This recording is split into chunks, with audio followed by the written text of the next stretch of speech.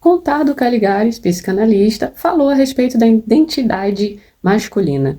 Ele observou que, antigamente, o papel do homem era claramente definido: provedor, protetor e guerreiro. Junto com isso, os antigos ritos de passagem que marcavam a transição da infância para esse homem guerreiro ou esse homem provedor para a vida adulta foram substituídos por uma prova constante de masculinidade. Ou seja, o homem nunca é de fato homem. Ele está sempre sendo colocado em dúvida, ele está sempre pressionado a provar força e heroísmo. Isso impacta também para as mulheres, que ao conquistarem a liberdade, tornaram-se ameaça a essa virilidade instável. Antes, passar por um rito ou pertencer a uma genealogia respeitada já marcava o início da vida adulta para o homem e trazia toda essa responsabilidade. Hoje, sem os ritos, nem consciência de linhagem para passar adiante ou manter, muitos homens ficam perdidos sobre quando de fato eles são homens. Então, o desaparecimento dos ritos de passagem não criou homens livres, criou homens sem identidade. Sem essa definição, muitos vivem em apatia e agressividade, por causa de uma autoimagem inflada e o medo de não serem reconhecidos como homens. Então, ficam aí tentando provar o tempo todo aquilo que antigamente um rito de passagem simples ou a própria genealogia já seria suficiente para defini-lo que ele já era um homem adulto responsável. Diferente das mulheres, que em muitas culturas são consideradas mulheres a partir da menarca. A menstruação já é um rito natural, involuntário e inegável da menina que se torna mulher. O homem culturalmente não possui esse marcador biológico. Ele não vira homem por natureza, ele precisa construir essa condição. Ele precisa desenvolver músculos, resistir à dor, conquistar respeito, controlar impulsos, racionalizar as suas emoções. Ou seja, enquanto a mulher é convocada biologicamente para o novo papel, o homem depende de todo um trabalho pessoal e uma meta social para ser homem. E essa simetria que tem gerado a ansiedade e autocobrança que atravessa gerações, segundo Caligares. Sem um rito claro de passagem que o legitime, o homem fica condenado a uma performance para a vida toda. É o menino que tem que ser homem, é o adolescente que tem que ser homem, é o adulto que tem que ser homem, é o idoso que tem que ser homem. Então é força, virilidade, sucesso, coragem em todas as fases da vida. Não basta ser homem no futebol, ele tem que ser homem também no trabalho, ele tem que ser homem ali na rua, ele tem que manter a postura de homem no trânsito. É preciso provar o tempo todo que ele é sim homem.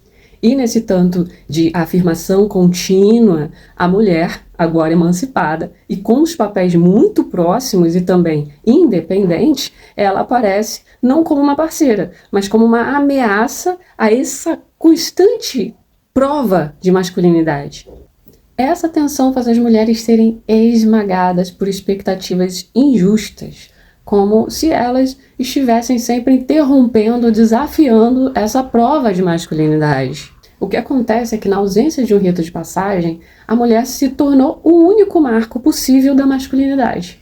E é através dela que o homem busca se reconhecer como homem, definitivamente.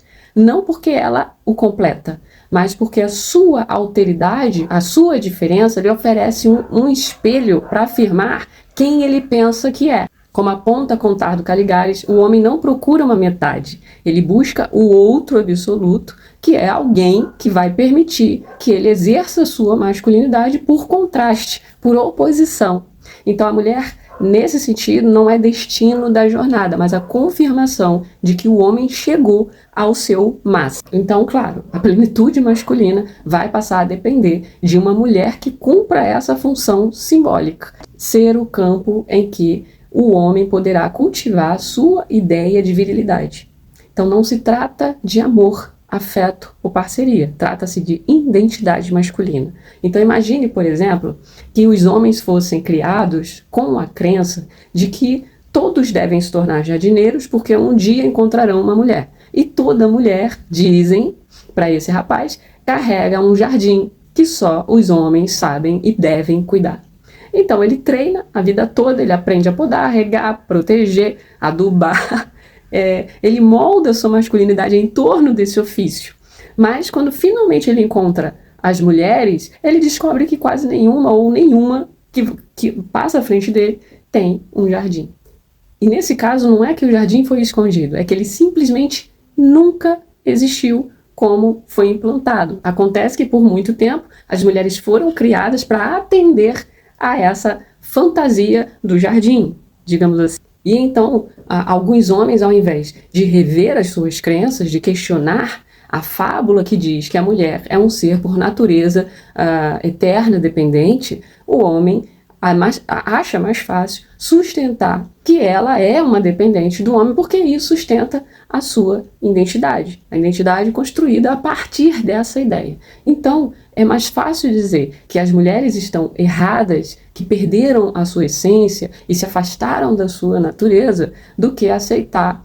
E claro que isso é insuportável para um homem que pensou que com uma mulher ele finalmente alcançaria a plenitude da masculinidade. A mulher, ela é um elemento que faz o homem ser completo em si, mas ela continua sendo uma metade. Ela não preenche o homem, ela não completa o homem, ela permite que o homem se complete. Isso foi parte do pensamento aí de Contardo Caligares.